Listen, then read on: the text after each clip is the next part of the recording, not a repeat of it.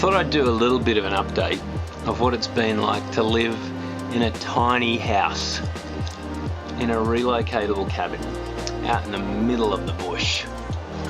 It's pretty rad.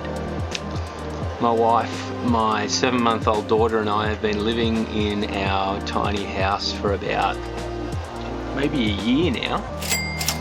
There's so many more positives than I thought there would be. There's so many more things that I love about living in a tiny house. I thought it was going to be pretty tricky at first. I thought it was going to be a huge change, but to be honest, it became like the most refreshing change for us. We got used to the smaller space, and we got used to not accumulating stuff pretty quickly as well. Whenever we'd be out and about and we'd want to get some more clothes, we'd really think about whether we needed it, and it ended up helping us save a lot of money. If we wanted to buy knickknacks for the house or extra furniture, we really thought about whether we needed it or not, so again, we just saved more money. It's a funny thing, life, you just want to accumulate stuff.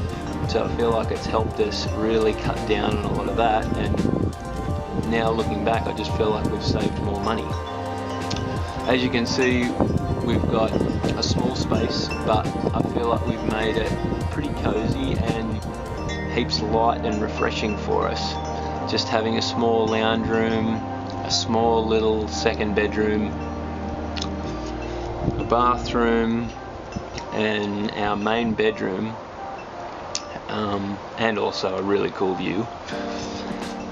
This sort of space is perfect. The more that I think about layouts and the more that I think about space, the more that I love it, because where you want to have a lounge room / dining area, you also want to have a big door so that you can come outside onto a deck, and building a little deck's pretty cool. Sometimes I know if you're not in a more permanent fixture and you're having to move around in a tiny house, you're not going to be able to have a deck, but as long as you've got your lounging area with a nice big door so you can at least come outside, whether you put up a little awning or just something so that you can have like a little table and chair set outside, makes a huge difference. If you can make the outside come into the cabin a lot more, like if you've got more windows and you've got more light, it just feels really breezy and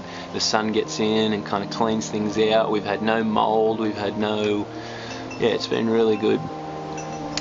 So living in a tiny cabin is awesome, and I 100% recommend it. The only thing is storage space. But again, that's a bittersweet, because I think in the long run it stops you from piling up stuff. But the only problem is when we want to, like with Lyric's clothes and things like that, we're having to like get rid of clothes just as quickly as we're getting clothes because she's growing so much, which I think in the long run, whether we want to keep clothes for our next child or not, I don't know.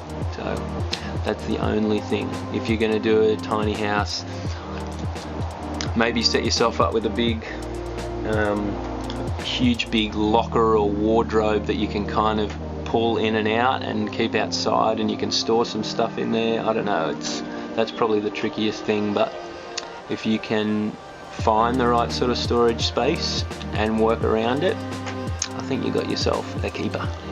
Thanks for watching. I really appreciate the love and support, and I hope you have an absolute cracker of a day.